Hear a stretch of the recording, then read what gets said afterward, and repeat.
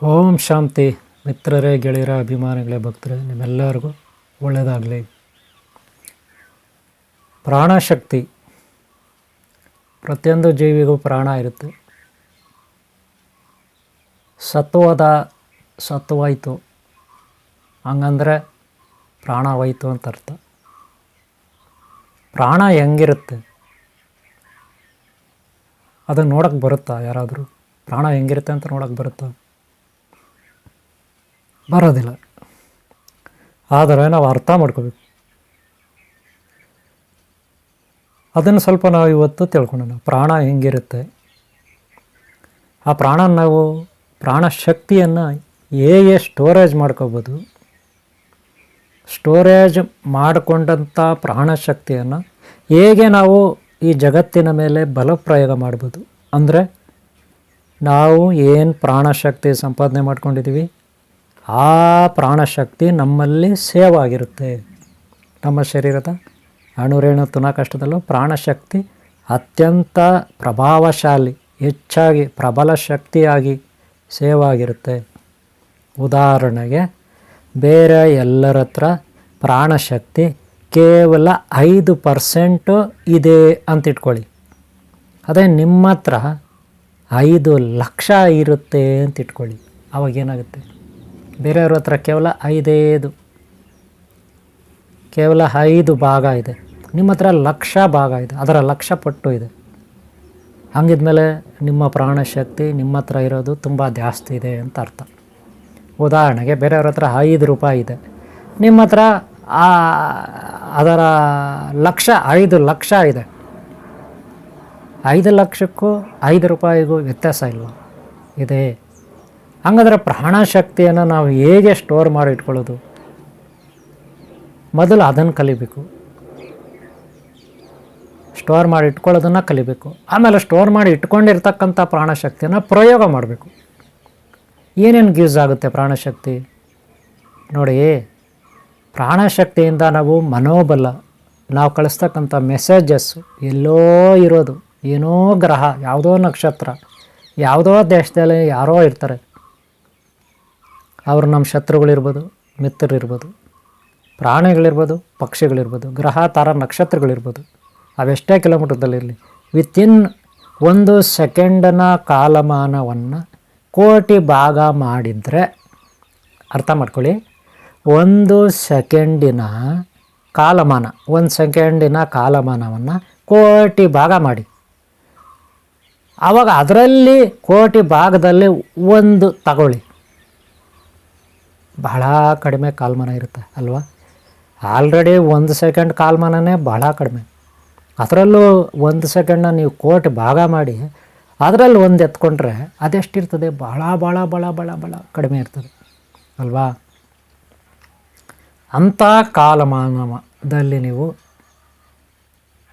ಪ್ರಾಣಶಕ್ತಿಯಿಂದ ಇಲ್ಲಿಂದ ಯಾವುದೋ ದೇಶಕ್ಕೆ, ಅಷ್ಟು ಚಿಕ್ಕ ಕಾಲಮಾನದಲ್ಲಿ ಇಲ್ಲಿಂದ ಯಾವುದೋ ಗ್ರಹಕ್ಕೆ ನೀವು ಆಲೋಚನೆ ಮಾಡಿದ್ರೆ, ಏನು ಆಲೋಚನೆ ಮಾಡ್ತೀರಿ ಅದು ಮಾಡುತ್ತೆ. ಅವರು ಮಾಡ್ತಾರೆ, ಅಲ್ಲಿರೋರು ಮಾಡ್ತಾರೆ, ಅಲ್ಲಿರೋದು ಮಾಡುತ್ತೆ, ನಡ್ಕೊಳ್ಳುತ್ತೆ.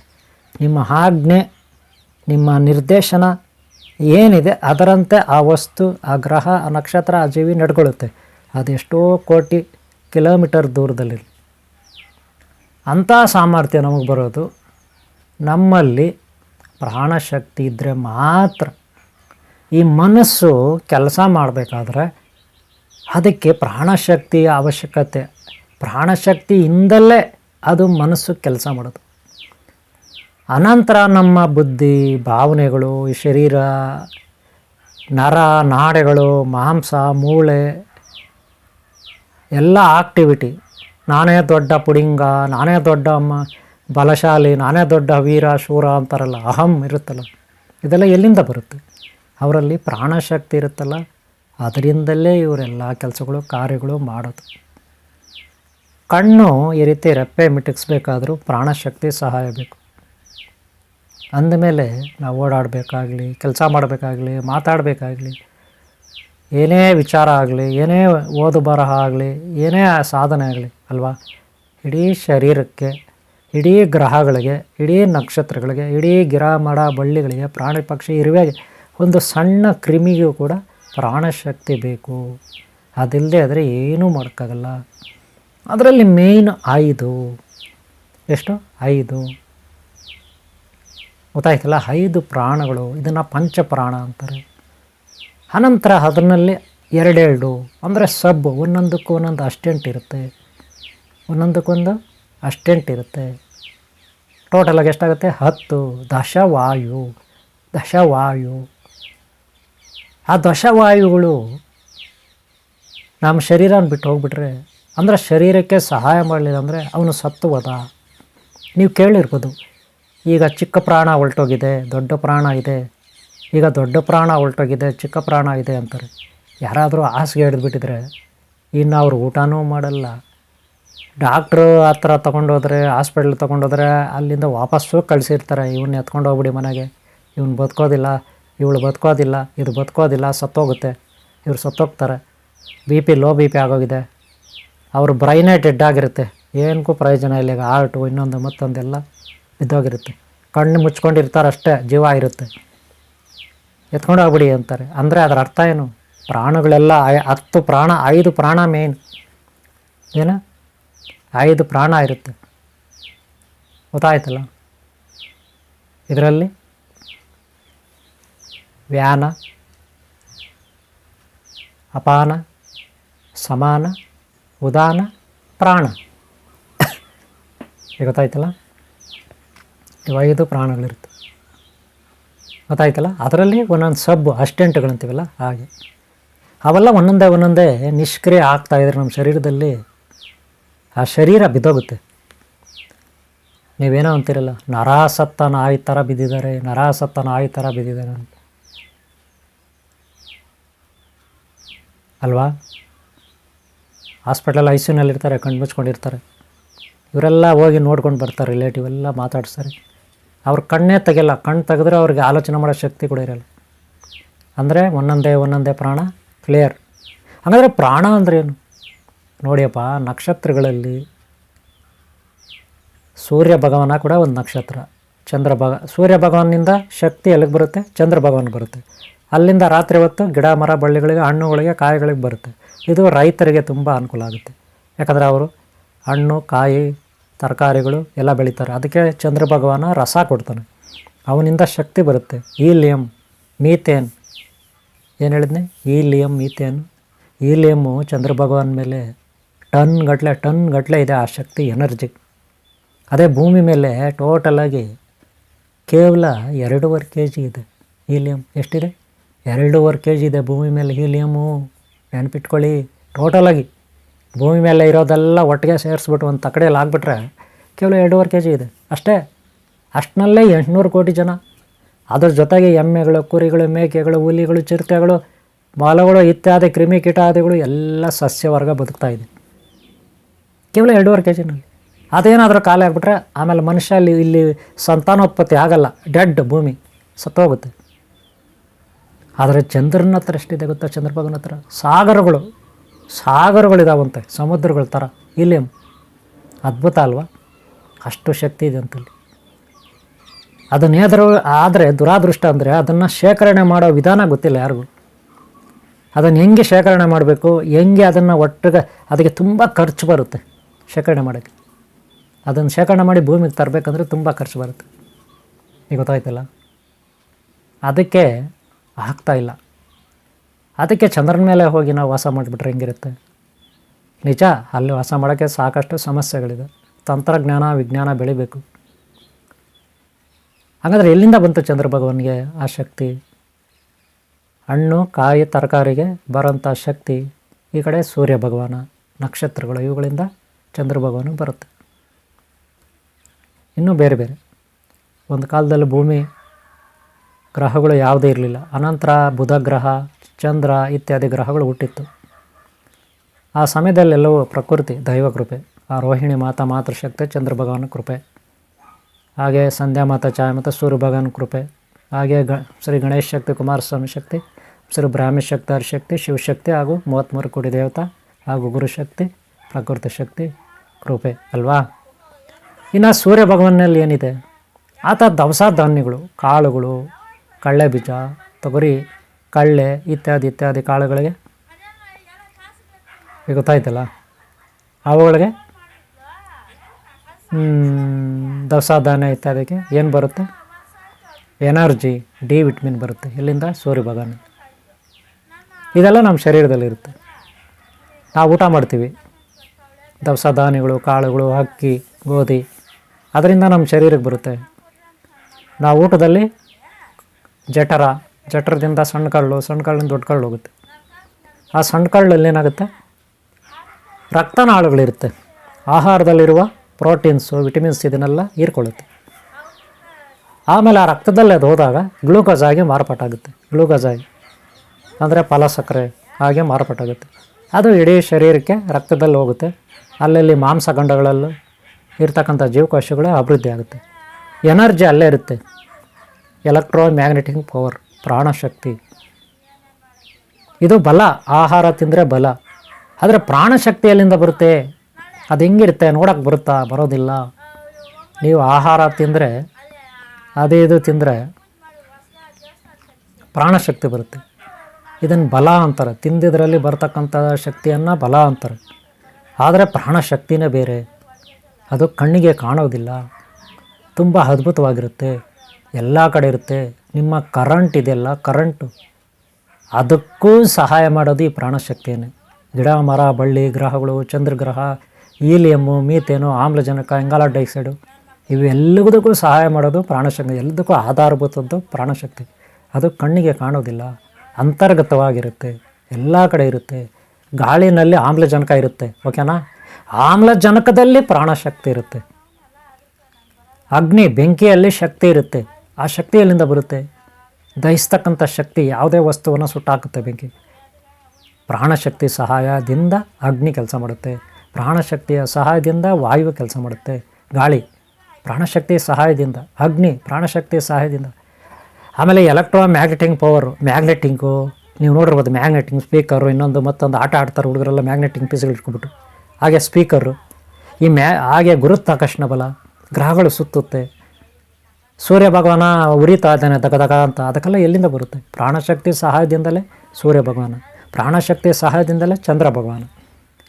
ಎಲ್ಲ ಗ್ರಹಗಳು, ಇಡೀ ಬ್ರಹ್ಮಾಂಡಕ್ಕೆ ಒಂದು ಪ್ರಾಣಶಕ್ತಿ. ಬ್ರಹ್ಮಾಂಡದಲ್ಲಿ ವಾಯು, ಅಗ್ನಿ, ವರುಣ, ಭೂಮಿ, ಆಕಾಶ, ಪಂಚಭೂತಗಳು. ಈ ಪಂಚಭೂತಗಳಿಗೆ ಆಧಾರಭೂತ ಶಕ್ತಿ ಪ್ರಾಣಶಕ್ತಿ. ನಮ್ಮ ಮನಸ್ಸು ಅದು ಇಲ್ಲಿಂದ ಅಲ್ಲಿಗೆ, ಅಲ್ಲಿಂದ ಇಲ್ಲಿಗೆ ಯೋಚನೆ ಮಾಡ್ತೀವಿ ನಾವು. ವಿತಿನ್ ಸೆಕೆಂಡ್ಗಳಲ್ಲಿ ಯೋಚನೆ ಮಾಡ್ತೀವಿ. ಬಾಂಬೆ, ಮೆಡ್ರಾಸು, ಚೆನ್ನೈ, ಅಮೇರಿಕಾ, ಜಪಾನ್ ಅಂತ ವಿತಿನ್ ಸೆಕೆಂಡಲ್ಲಿ ನಾವು ಆಲೋಚನೆ ಮಾಡ್ತೀವಿ. ಅಷ್ಟು ಶಕ್ತಿ ಎಲ್ಲಿಂದ ಬರುತ್ತೆ? ಪ್ರಾಣಶಕ್ತಿ. ಅದನ್ನು ಶೇಖರಣೆ ಮಾಡೋದು ಹೇಗೆ? ಶಾಂತಿ, ಓಂಕಾರ ಮಂತ್ರ, ರಾಮ್ ರಾಮ್ ರಾಮ್ ರಾಮ್ ರಾಮ್ ಮಂತ್ರ. ರಾಮ್ ಅಂದರೆ ಪ್ರಕೃತಿ ಅಂತ. ಅದಕ್ಕೆ ಪ್ರಾಣಶಕ್ತಿ ಮಕ್ಕಳಲ್ಲಿ ಜಾಸ್ತಿ ಇರುತ್ತೆ. ನಾಯಿ ಮರಿಗಳಲ್ಲಿ ಜಾಸ್ತಿ ಇರುತ್ತೆ. ಚಿಕ್ಕವರಲ್ಲಿ ಜಾಸ್ತಿ ಇರುತ್ತೆ. ಆ ಪ್ರಾಣಶಕ್ತಿ ನಮ್ಮಲ್ಲಿದ್ದರೆ ಏನಾಗುತ್ತಂದರೆ, ಏನಾದರೂ ಒಂದು ಕೆಲಸ ಮಾಡಬೇಕು ಅಂತ ಅನ್ನಿಸ್ತಾ ಇರ್ತದೆ. ರಜೋಗುಣ ಹೆಚ್ಚಾಗುತ್ತೆ. ಅದಕ್ಕೆ ಗಾಳಿ ಒಂದು ಕಡೆ ಇರಲ್ಲ, ಇದ್ದ ಕಡೆ ಇರಲ್ಲ. ಅದೇ ಸಮುದ್ರದ ಅಲೆಗಳು ಒಂದು ಕಡೆ ಎಲ್ಲ, ಇದ್ದ ಕಡೆ ಇರಲ್ಲ. ಅದೇ ಗ್ರಹಗಳು ಒಂದು ಕಡೆ ಎಲ್ಲ, ಇದ್ದ ಕಡೆ ಎಲ್ಲ ಸುತ್ತಾ ಇರ್ತವೆ. ಅಲ್ಲಿ ಸುತ್ತಾ ಇರ್ತವೆ. ಈಗ ಗೊತ್ತಾಯ್ತಲ್ಲ, ಭಾಳ ಭಯಾನಕವಾಗಿ ಸುತ್ತಾ ಇರ್ತವೆ. ಇಲ್ಲಿಂದ ಅಲ್ಲಿಗೆ. ಗಾಳಿ ನೋಡ್ರಿ, ಸಮುದ್ರದ ಅಲೆಗೆ ನೋಡ್ರಿ, ಪ್ರಾಣಶಕ್ತಿ. ಭೂಮಿ ಒಳಗಡೆ ಕೇಂದ್ರ ಬಿಂದು ಇರುತ್ತೆ. ಅಲ್ಲಿ ಪ್ರೋಟಾನ್ ಎನರ್ಜಿ ಇರುತ್ತೆ. ಅದು ಕುದೀತಾ ಇರುತ್ತೆ, ರೊಟೇಟ್ ಆಗ್ತಾ ಇರುತ್ತೆ.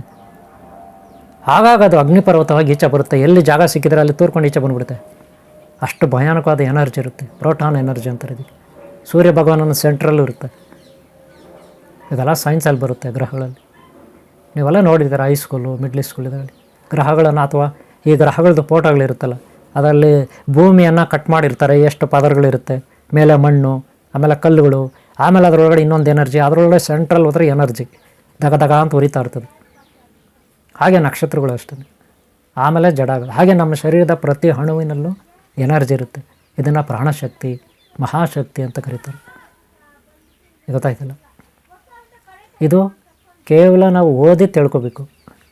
ಅದನ್ನು ಕೈನಲ್ಲಿ, ನಮ್ಮಲ್ಲಿ ಎಲ್ಲಿವರೆಗೂ ಶಕ್ತಿ ಇದೆ ಅಲ್ಲಿವರೆಗೂ ಪ್ರಾಣ ಇದೆ, ನಮ್ಮಲ್ಲಿ ಪ್ರಾಣಶಕ್ತಿ ಇದೆ ಅಂತ ಅರ್ಥ. ಇದನ್ನು ನಾವು ಶೇಖರಣೆ ಮಾಡಿ ಬೆಳೆಸ್ಕೊಳ್ಳೋದು ಹೆಂಗೆ, ಜಾಸ್ತಿ ಮಾಡ್ಕೊಳ್ಳೋದು ಹೆಂಗೆ? ಅದಕ್ಕೆ ಹನುಮಂತ ಕೋತಿಗಳು ನೋಡಿ, ಕೋತಿಗಳು ಅಸ್ಥಿರ, ಇದ್ದ ಕಡೆ ಇರಲ್ಲ, ವಿಕೃತ, ಇಲ್ಲಿಂದ ಅಲ್ಲಿಗೆ ಅಲ್ಲಿಂದ ಇಲ್ಲಿಗೆ ಜಂಪ್ ಮಾಡ್ತವೆ, ಏನೇನೋ ಕಿತ್ತು ಕಚ್ಚಿ ಬಿಸಾಕ್ತವೆ, ಇಡೀ ವನಾನ ಕೆಡ್ಸಾಕ್ತವೆ, ಹಾಳು ಮಾಡಿಬಿಡ್ತವೆ. ಯಾಕಂದರೆ ಅವಳಿಗೆ ಹೆಚ್ಚಿನ ಪ್ರಾಣಶಕ್ತಿ ಇರುತ್ತೆ. ಅದಕ್ಕೆ ಒಂದು ಮರದಿಂದ ಇನ್ನೊಂದು ಮರಕ್ಕೆ ಜಂಪ್ ಮಾಡ್ತಾವೆ, ನೋಡಿದ್ರಲ್ಲ ಕೋತಿಗಳು, ಎಷ್ಟು ಶಕ್ತಿ ಇರುತ್ತಲ್ವ. ಅತೀ ಎತ್ತರವಾದ ಪೋಲ್ಗಳು, ಟವರ್ಗಳು, ಕಂಬಗಳು ಎಲ್ಲ ಹತ್ತವೆ, ನೋಡಿದ್ರಲ್ಲ. ಅಷ್ಟು ಈಜಿಯಾಗಿ ನಮ್ಮ ಮನುಷ್ಯ ಹತ್ತಕ್ಕಾಗುತ್ತಾ? ಮನುಷ್ಯ ಓಡಾಡೋಕ್ಕಾಗುತ್ತಾ ಮರಗಳ ಮೇಲೆ? ಸಾಧ್ಯನಾ? ಎಲೆಕ್ಟ್ರಿಕ್ ಪೋಲ್ಗಳಿರಲಿ, ಏನೇ ಇರಲಿ, ಕಂಬಗಳಿರಲಿ, ಅದೆಷ್ಟೋ ಎತ್ತರವಾದ ಬಿಲ್ಡಿಂಗ್ಗಳ ಮೇಲೆ ಓಡಾಡ್ತಾವೆ ನಿರ್ಭಯವಾಗಿ, ಯಾವುದೇ ಭಯ ಇಲ್ಲ. ಅದೇನಾದರೂ ಅಪ್ಪಿತಪ್ಪಿ ಕೆಳಗಡೆ ಬಿದ್ದರೆ ನೋಡ್ರಿ, ಅಷ್ಟು ಮೇಲಿಂದ ಕೆಳಗಡೆ ಬಿದ್ದರೂ ಕೂಡ, ಅದು ಉಲ್ಟಾ ಬಂದರೂ ಕೂಡ, ತಲೆ ಕೆಳಗಡೆ ಬಂದರೂ ಕೂಡ ಭೂಮಿಗೆ ಬರೋಷ್ಟೊತ್ತಿಗೆ ಕರೆಕ್ಟಾಗಿ ಕಾಲುಗಳು ಇಟ್ಟು ಭೂಮಿ ಮೇಲೆ ಇದು ಮಾಡುತ್ತೆ. ಒಂದು ಚೂರು ಅವಾಗೇನು ಡ್ಯಾಮೇಜ್ ಆಗ್ದಂಗೆ ನೋಡ್ಕೊಳ್ತವೆ, ಕೈಗಳು ಕಾಲುಗಳು ಕರೆಕ್ಟಾಗಿ ಭೂಮಿಗೆ ಇಡ್ತವೆ. ಅದೇ ಮನುಷ್ಯ ಬಿದ್ದರೆ ಅಯೋಮಯಂ ಜಗನ್ನಾಥಂ ಅಲ್ವಾ? ಆದರೆ ಅಂಥ ಕೋತಿಗಳು ಏನಾದರೂ ಮೆಡಿಟೇಷನ್ ಮಾಡಿ ಓಂಕಾರ ಜಪವನ್ನು ಮಾಡ್ತಾ, ಗಾಯತ್ರಿ ಮಂತ್ರ ಜಪ ಮಾಡ್ತಾ, ರಾಮ ಮಂತ್ರ ಜಪ ಮಾಡ್ತಾ ಕೂತ್ಬಿಟ್ರೆ ಅವುಗಳ ಶಕ್ತಿ ಎಷ್ಟಿರುತ್ತೆ ಗೊತ್ತಾ? ಒಂದು ಕೋತಿ ಹೆಂಗಿಲ್ಲ ಅಂದರೆ ಒಂದು ಲಾರಿಯನ್ನು ಮೇಲೆ ಎತ್ತಿ ಬಿಸಾಕುತ್ತೆ. ನಿಮ್ಗೆ ಗೊತ್ತಾ? ಅದು ಅಷ್ಟು ಎನರ್ಜಿ ಪ್ರಾಣಿಗಳಲ್ಲಿರುತ್ತೆ ಗೊತ್ತಾ? ಎಲ್ಲ ಪ್ರಾಣಿಗಳಲ್ಲೂ ಎನರ್ಜಿ ಇರುತ್ತೆ. ಅದನ್ನು ಸೇವ್ ಮಾಡ್ಕೋಬೇಕು. ಅದಕ್ಕೆ ಪ್ರಾಣಿಗಳಿಗೆ ಶಕ್ತಿ ಜಾಸ್ತಿ. ಅವು ಹೆಚ್ಚಾಗಿ ಆಲೋಚನೆ ಮಾಡಲ್ಲ, ಥಿಂಕ್ ಮಾಡಲ್ಲ. ನೋಡ್ರಿ, ಹೆಚ್ಚಾಗಿ ಆಲೋಚನೆ ಮಾಡಿದ್ರೆ ಪ್ರಾಣಶಕ್ತಿ ನಮ್ಮಲ್ಲಿರೋದು ಖಾಲಿ ಆಗುತ್ತೆ. ಹೆಚ್ಚಾಗಿ ಮಾತಾಡಿದರೆ ನಮ್ಮಲ್ಲಿರೋ ಪ್ರಾಣಶಕ್ತಿ ಹಲ್ಲುಗಳ ಮುಖಾಂತರ ಖಾಲಿ ಆಗುತ್ತೆ. ಹೆಚ್ಚಾಗಿ ಕೆಲಸ ಕಾರ್ಯ ಮಾಡಿದ್ರೆ, ಹೆಚ್ಚಾಗಿ ಓಡಾಟ ಇದ್ದರೆ ನಮ್ಮಲ್ಲಿರೋ ಶಕ್ತಿ ಖಾಲಿ ಆಗುತ್ತೆ. ನೆನ್ಪಿಟ್ಕೊಳ್ಳಿ. ಇವೆಲ್ಲವನ್ನು ನಿಲ್ಲಿಸಿ ಒಂದು ಕಡೆ ಕೂರಬೇಕು. ದಿನಕ್ಕೆ ಹೆಚ್ಚು ಸಮಯ ನೀವು ಕೂತ್ರೆ, ಹೆಚ್ಚು ಸಮಯ ಓಂಕಾರ ಮಂತ್ರವಾಗಿ ನಿಮ್ಮ ಮನಸ್ಸನ್ನು ಸ್ಥಿರವಾಗಿಟ್ಕೊಂಡ್ರೆ ನಿಮ್ಮಲ್ಲಿ ಪ್ರಾಣಶಕ್ತಿ ಸೇವ್ ಆಗುತ್ತೆ. ಆಮೇಲೆ ಅದನ್ನು ನೀವು ಯಾರಿಗಾದರೂ ವರ ಕೊಡ್ಬೋದು, ಶಾಪ ಕೊಡ್ಬೋದು, ಆಶೀರ್ವಾದ ಮಾಡ್ಬೋದು. ನಿಮ್ಮ ಕೈಯಿಂದ ಹೋಗುತ್ತೆ ಶಕ್ತಿ. ನೀವೇನಾದರೂ ಆಲೋಚನೆ ಮಾಡಿದ್ರೆ ಇಲ್ಲಿಂದ ಫಾಸ್ಟಾಗಿ ಶಕ್ತಿ ಹೋಗುತ್ತೆ. ಯಾಕಂದರೆ ಹೆಚ್ಚು ಶಕ್ತಿ ಇರುತ್ತೆ, ಪ್ರೆಷರ್ ಜಾಸ್ತಿ ಇರುತ್ತೆ, ನಿಮ್ಮಲ್ಲಿ ಪ್ರೆಷರ್ ಜಾಸ್ತಿ ಇರುತ್ತೆ. ಗೊತ್ತಾಯ್ತಲ್ಲ? ಅದರಿಂದ ಹೆಚ್ಚಿನ ಉಪಯೋಗ ಆಗುತ್ತೆ, ಫಾಸ್ಟಾಗಿ ಹೋಗುತ್ತೆ. ಹೆಚ್ಚು ಶಕ್ತಿ ನಿಮ್ಮಲ್ಲಿದ್ದರೆ ಅತಿ ಫಾಸ್ಟು, ಅತಿ ಬೇಗನೆ ಆಗುತ್ತೆ ನೀವು ಅಂದ್ಕೊಂಡ ಕೆಲಸಗಳು. ನೀವೇನೇನೇ ವಶ ಮಾಡ್ಕೊಳ್ಳಿ, ಏನೇನೇ ಬಯಸಿ, ವಶೀಕರಣಕ್ಕೆ, ವಿದ್ವೇಷಣಕ್ಕೆ, ಬಹಳ ಟೆಲಿಪತಿಗೆ, ಇವೆಲ್ಲ ಬಹಳ ಒಳ್ಳೆಯದು. ಪ್ರಾಣಶಕ್ತಿ ಇರಬೇಕು. ಯಾರಲ್ಲಿ ಎಷ್ಟು ಇರ್ತದೋ ಅಷ್ಟು. ಅದೇ ಸುಮ್ಮನೆ ಕಾವಿ ಬಟ್ಟೆ ಹಾಕ್ಬಿಟ್ಟು, ಗಡ್ಡ ಬಿಟ್ಬಿಟ್ಟು, ನಾನೇನೋ ಪೂಜಾರಿ, ನಾನೇನೋ ತಪಸ್ ಮಾಡ್ತೀನಿ, ನಾನೇನೋ ಸ್ವಾಮೀಜಿ, ನಾನೇನೋ ಮಾತಾಡ್ತೀನಿ, ನಾನು ತುಂಬ ಬುದ್ಧಿವಂತ ಅಂದರೆ ಅವ್ರ ಹತ್ರ ಏನಿರಲ್ಲ ಶಕ್ತಿ. ನೆನ್ಪಿಟ್ಕೊಳ್ಳಿ. ಸಾಧನೆ ಮಾಡಬೇಕು. ಕುಂಡಲಿನಿ ಸಾಧನೆ, ಸಪ್ತಚಕ್ರಗಳ ಸಾಧನೆ, ಇವುಗಳಲ್ಲಿ ಪ್ರಾಣಶಕ್ತಿನ ಹೆಂಗೆ ಸೇವ್ ಮಾಡ್ಕೊಳ್ಳೋದು ಅಂದರೆ ಈ ರೀತಿ ಧ್ಯಾನ ಮಾಡೋದು, ಇದೆಲ್ಲ ಹೇಳ್ಕೊಡ್ತೀವಿ, ಆನ್ಲೈನ್ ಕ್ಲಾಸಲ್ಲಿ ಇರುತ್ತೆ. ಜಪ ಮಾಡೋದು ಹೆಂಗೆ ಪ್ರಾಣಶಕ್ತಿಯನ್ನು ಸಂಪಾದನೆ ಮಾಡ್ಕೋಬೇಕು, ಹೆಂಗೆ ಸೇವ್ ಮಾಡ್ಕೋಬೇಕು. ಹನುಮಂತ ಹೆಂಗೆ ಸೇವ್ ಮಾಡ್ಕೊಂಡ? ಕೋತಿ ಏನು ಮಾಡ್ತು? ರಾಮ ಮಂತ್ರವನ್ನು ಜಪ ಮಾಡ್ತು. ಅದೇನಾಯಿತು? ಹನುಮಂತನಾಗಿ ಕನ್ವರ್ಟ್ ಆಯಿತು, ಒಂದು ಶಕ್ತಿಮಾನಾಗಿ ಕನ್ವರ್ಟ್ ಆಯಿತು. ಇದು ಸ್ಟೋರಿ ರಾಮಾಯಣದಲ್ಲಿ. ಆದರೆ ಇವರು ಸಿನಿಮಾಗಳಲ್ಲಿ ಹೇಳೋವಾಗ ಹೆಂಗೆ ಮಾಡ್ತಾರೆ, ಅದಲ್ಲ, ಇದು ಒರಿಜಿನಲ್ ಸ್ಟೋರಿ. ಗೊತ್ತಾಯ್ತಾ? ನಮ್ಮ ಮನುಷ್ಯ ವಿಕೃತವಾಗಿರ್ತಾನೆ. ಮನುಷ್ಯ ಕೂಡ ವಿಕೃತ. ಆಡಿದ ಮಾತಾಡಲ್ಲ, ಇದ್ದ ಕಡೆಗೆ ಇರಲ್ಲ, ಕೂತ್ಕೊಡಕ್ಕೆ ಕೂರಲ್ಲ. ಕೆಲವರು ಓಡಾಡ್ತಾ ಇರ್ತಾರೆ, ಕೆಲವರು ಮಾತಾಡ್ತಾ ಇರ್ತಾರೆ, ಕೆಲವರು ಸುತ್ತಾಡ್ತಾ ಇರ್ತಾರೆ. ಅವರಲ್ಲಿ ಏನು ಪ್ರಾಣಶಕ್ತಿ ಇರಲ್ಲ, ಎಲ್ಲ ಕಳ್ಕೊಬಿಟ್ಟಿರ್ತಾರೆ. ಈಗ ನೀವು ಮೊಬೈಲ್ ಬ್ಯಾಟ್ರಿ ಚಾರ್ಜ್ ಮಾಡ್ತೀರಾ, lorry, auto, car battery charge ಮಾಡ್ತೀರಾ, ನಿಮ್ಮ ಚಾರ್ಜ್ ಮಾಡ್ತೀರಾ. ಅದನ್ನು ಹೆಚ್ಚಾಗಿ ಯೂಸ್ ಮಾಡಿದ್ರೆ ಇರುತ್ತಾ ಚಾರ್ಜಿಂಗು? ಖಾಲಿ ಆಗುತ್ತೆ. ಸೇಮ್ ಡಿಟೋ ನಮ್ಮದು ಅಷ್ಟೇ. ಹಾಗೆ ಅಕೌಂಟಲ್ಲಿ ದುಡ್ಡು ಇರ್ತದೆ, 1 ಕೋಟಿ ರೂಪಾಯಿ ಇರಲಿ, ಲಕ್ಷ ಇರಲಿ, ನೀವು ಖರ್ಚು ಮಾಡ್ತಾ ಹೋದ್ರೆ ಏನಾಗುತ್ತೆ? ಖಾಲಿ ಆಗುತ್ತೆ. ಅದೇ ನಿಮ್ಮ ಮನೆ ಮೇಲೆ ಸಿಂಟೆಕ್ ಟ್ಯಾಂಕಲ್ಲಿ ನೀರಿದೆ, ಅದನ್ನು ಖಾಲಿ ಮಾಡ್ತಾ ಇದ್ರೆ ಏನಾಗುತ್ತೆ? ಖಾಲಿ ಆಗುತ್ತೆ. ಈಗ ಅರ್ಥ ಆಯ್ತಾ ನಿಮಗೆ? ಆದರೆ ನಾವು ಹೆಚ್ಚಾಗಿ ಸೇವ್ ಮಾಡಬೇಕು. ಅದೇ ಸಿಂಟೆಕ್ ಟ್ಯಾಂಕಲ್ಲಿ ಫುಲ್ಲಾಗಿ ನೀರಿದೆ ಅಂದರೆ ಕೆಳಗೆ ಪ್ರೆಷರ್ ಜಾಸ್ತಿ ಬರ್ತಾ ಇರುತ್ತೆ ನೋಡಿ, ಅಲ್ವಾ? ಹಾಗೆ ಹೆಚ್ಚಾಗಿ ಶಕ್ತಿ ಇದ್ದರೆ ಹೆಚ್ಚಾಗಿ ಪ್ರೆಷರ್ ಇರುತ್ತೆ. ಪ್ರಾಣಶಕ್ತಿ ಜಾಸ್ತಿ ಇದ್ದರೆ ಪ್ರೆಷರ್ ಇರುತ್ತೆ. ಇದು ಪ್ರಾಣಶಕ್ತಿ ಹೆಚ್ಚಿದ್ದಷ್ಟು ನಮ್ಮಲ್ಲಿ ಪ್ರೆಷರ್ ಸ್ಟೋರೇಜ್ ಇದ್ದಷ್ಟು ಪವರ್ ಜಾಸ್ತಿ ಇರುತ್ತೆ, ಹೊರಗಡೆ ಬೇಗನೆ ಬರುತ್ತೆ, ಫಾಸ್ಟಾಗಿ ಕೆಲಸ ಮಾಡುತ್ತೆ, ಹೆಚ್ಚು ಪರಿಣಾಮಕಾರಿಯಾಗಿರುತ್ತೆ. ಇದು ಸೀಕ್ರೆಟ್. ಅದಕ್ಕಿರೋದು ಒಂದೇ ದಾರಿ, ಶಾಂತಿ ಶಾಂತಿ ಶಾಂತಿ. ತಪಸ್ಸಾಧನೆ, ಜಪ ತಪ ಹೆಚ್ಚಾಗಿ ನೋಡ್ರಿ. ಪ್ರಾಣಶಕ್ತಿ ಸೇವ್ ಆಗಬೇಕಂದ್ರೆ ಶಾಂತಿನೇ ಮುಖ್ಯ. ಅರ್ಥ ಆಯ್ತಲ್ಲ? ಯಾರು ಶಾಂತವಾಗಿ ಓಂಕಾರ ಮಂತ್ರ ಜಪ ಮಾಡ್ತಾ ಕೂರ್ತಾರೆ, ಶರೀರವನ್ನು ಕದಲಿಸ್ತೀರಾ 2 ನಿಮಿಷ 5 ನಿಮಿಷ ವಾರಕ್ಕೆ ಈ ರೀತಿ ಹೆಚ್ಚಿಸ್ಕೊಳ್ತಾ ಹೋಗ್ತಿ ಪ್ರಾಕ್ಟೀಸ್ ಮಾಡ್ತಾರೆ, ಅವರಲ್ಲಿ ಪ್ರಾಣಶಕ್ತಿ ಸೇವ್ ಆಗುತ್ತೆ. ಅದರಿಂದ ನಾವು ಏನು ಬೇಕಾದ್ರೂ ಮಾಡ್ಬೋದು, ಏನು ಬೇಕಾದ್ರೂ ಮಾಡ್ಬೋದು. ಯಾರನ್ನು ಬೇಕಾದ್ರೂ ಡೈವರ್ಟ್ ಮಾಡ್ಬೋದು, ಯಾರನ್ನು ಬೇಕಾದ್ರೂ ವಶ ಮಾಡ್ಕೋಬೋದು, ಏನನ್ನು ಬೇಕಾದ್ರೂ ವಿದ್ವೇಷಣೆ ಮಾಡ್ಬೋದು. ನಾವು ಇದ್ದ ಕಡೆಯಿಂದಲೇ ಯಾರನ್ನು ಬೇಕಾದರೂ ಕೊಲ್ಬೋದು, ಪರಕಾಯ ಪ್ರವೇಶ ಮಾಡ್ಬೋದು. ಒಂದು ಪ್ರಾಣ ತೆಗೆದು ಇನ್ನೊಬ್ರಿಗೆ ಆಗ್ಬೋದು, ಇವರು ಪ್ರಾಣ ತೆಗೆದು ಅವ್ರಿಗೆ ಟ್ರಾನ್ಸ್ಫರ್ ಮಾಡ್ಬೋದು. ಒಂದು ಜೀವಿ ಪ್ರಾಣ ತೆಗೆದು ಇನ್ನೊಬ್ಬರನ್ನ ಉಳಿಸ್ಬೋದು. ಇವೆಲ್ಲ ತುಂಬ ಟೆಕ್ನಿಕಲಿ ತಂತ್ರಜ್ಞಾನ ಇರುತ್ತೆ.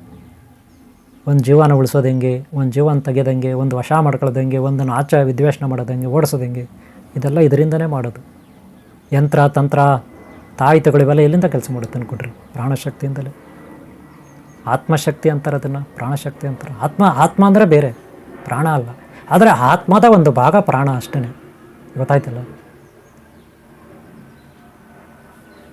ಈ ಪ್ರಾಣಶಕ್ತಿ ಅಂದರೆ ಏನು ಅಂತ ಇವಾಗ ನಿಮ್ಗೆ ಅರ್ಥ ಆಗಿದೆ. ಅದಕ್ಕೆ ನೀವು ಹೆಚ್ಚಾಗಿ ಓಡಾಡಬಾರ್ದು, ಹೆಚ್ಚಾಗಿ ಮಾತಾಡಬಾರ್ದು. ಆದಷ್ಟು ಶಾಂತಿಯನ್ನು ಕಾಪಾಡ್ಕೊಳ್ಳಿ, ಅಹಿಂಸೆಯಿಂದ ವರ್ತಿಸಿ. ಯಾವುದೇ ವಿಕೃತ ಮನಸ್ಸು ಇರಬಾರ್ದು. ಯಾರು ಏನೇ ಬೈಲಿ, ಯಾರು ಏನೇ ಅನ್ನಲಿ, ಯಾರು ಏನೇ ನಿಮ್ಮನ್ನು ಹೇಳಿಸ್ಲಿ, ನಿಮಗೆ ಕಷ್ಟ ಬರಲಿ, ಸುಖ ಬರಲಿ, ಲಾಭ ಬರಲಿ, ನಿಮ್ಮ ಮನಸ್ಸು ಯಾವಾಗ ಸ್ಥಿರವಾಗಿರಬೇಕು, ಅಸ್ಥಿರ ಆಗಬಾರ್ದು. ಯಾವಾಗ ಅಸ್ಥಿರ ಆಗಲ್ಲ ಆವಾಗ ನಿಮ್ಮಲ್ಲಿ ಪ್ರಾಣಶಕ್ತಿ ಇರುತ್ತೆ, ಫುಲ್ ಪವರ್ ಆಗಿರುತ್ತೆ. ಬ್ಯಾಟ್ರಿ ಹೆಂಗೆ ಚಾರ್ಜ್ ಆಗಿರುತ್ತೆ, ಸಿಂಟೆಕ್ ಟ್ಯಾಂಕಲ್ಲಿ ಹೆಂಗೆ ಫುಲ್ ಆಗಿರುತ್ತೆ, ನಿಮ್ಮ ಅಕೌಂಟಲ್ಲಿ ಹೆಂಗೆ ಕೋಟಿಗಳಿರುತ್ತೆ ನಿಮ್ಮ ಅಕೌಂಟಲ್ಲಿ ದುಡ್ಡು. ಆ ರೀತಿ ನೀವೇನು ಬಯಸಿದ್ರೆ ಅದು ಬರುತ್ತೆ. ಪ್ರಾಣಶಕ್ತಿ ನಿಮ್ಮಲ್ಲಿದ್ದರೆ ಇದನ್ನು ಮನೋಬಲ ಅಂತಾರೆ. ಖಂಡಿತ ನಂಬ್ರಿ, ನಾನು ಹೇಳೋದನ್ನು ನಂಬ್ರಿ. ನೋಡಿರಿ, ನೆಕ್ಸ್ಟು ನಾನು ಯಾವ ರೀತಿ ಸತ್ತವ್ರನ್ನ ಬದುಕಿಸೋದು ಅಥವಾ ಬದುಕಿರೋರನ್ನ ಸಾಯಿಸೋದು ಅಥವಾ ಪರಕಾಯ ಪ್ರವೇಶ ಮಾಡೋದು ಅಥವಾ ನಾವು ಅಂದ್ಕೊಂಡಿದ್ದು ಹೆಂಗೆ ಕೆಲಸ ಆಗುತ್ತೆ ಅನ್ನೋದನ್ನು ನೆಕ್ಸ್ಟ್ ಪಾರ್ಟಲ್ಲಿ ನೋಡೋಣ. ಅದು ಪ್ರಾಣಶಕ್ತಿಯಿಂದಲೇ ಮಾಡೋದು. ಇವೆಲ್ಲ ಸೀಕ್ರೆಟ್ ಇರುತ್ತೆ, ಹೆಚ್ಚಾಗಿ ರಹಸ್ಯ ಇರುತ್ತೆ. ಆದರೂ ನಾನು ನಿಮ್ಗೆ ಸ್ವಲ್ಪ ಹೇಳಬೇಕು ಅಂತ ಹೇಳಿದ್ದೀನಿ ಇಲ್ಲಿವರೆಗೂ. ಇದನ್ನು ಪ್ರಾಣಶಕ್ತಿ ಭಾಗ 1 ಅಂತ ತಿಳ್ಕೊಳ್ಳಿ. ನೆಕ್ಸ್ಟ್ ಪ್ರಾಣಶಕ್ತಿ ಭಾಗನ ತಪ್ಪದೆ ನೋಡಿ. ಈ ವಿಡಿಯೋಲ್ಲಿ ಮುಗಿಸ್ತಾ ಇದ್ದೀನಿ. ನಿಮಗೆ ಒಳ್ಳೆಯದಾಗಲಿ. ಈ ವಿಡಿಯೋ ಇಷ್ಟ ಆದರೆ ಒಂದು ಲೈಕ್ ಮಾಡಿ. ನಿಮ್ಮ ಪ್ರೋತ್ಸಾಹ ಇದ್ದರೆ ಮುಂದಿನ ಭಾಗ ಮಾಡಲಿಕ್ಕೆ ಅನುಕೂಲ ಆಗುತ್ತೆ. ಹಾಗೆ ಹಿಂದಿನ ಭಾಗಗಳು ನೋಡಿ, ಮುಂದಿನ ಭಾಗ ನೋಡಿ. ನಿಮ್ಮೆಲ್ಲರಿಗೊಳ್ಳೆದಾಗಲಿ. ಆರೋಗ್ಯ, ಆಯುಸ್ಸು, ಅಭಿವೃದ್ಧಿ, ಒಂದು ಒಳ್ಳೆಯ ಸ್ಥಾನಮಾನ, ಒಳ್ಳೆಯ ಹೆಸರು ನೀವೆಲ್ಲರೂ ಸಿಗಲಿ ಅಂತ ಬಯಸ್ತೀನಿ. ಒಳ್ಳೆಯದಾಗಲಿ ನಿಮಗೆ. ಒಂದು ಲೈಕ್ ಮಾಡೋದು ಮರಿಬೇಡಿ, ಸಬ್ಸ್ಕ್ರೈಬ್ ಮಾಡ್ಕೊಳ್ಳಿ. ಓಂ ಶಾಂತಿ, ಓಂ ಶಾಂತಿ, ಓಂ ಶಾಂತಿ.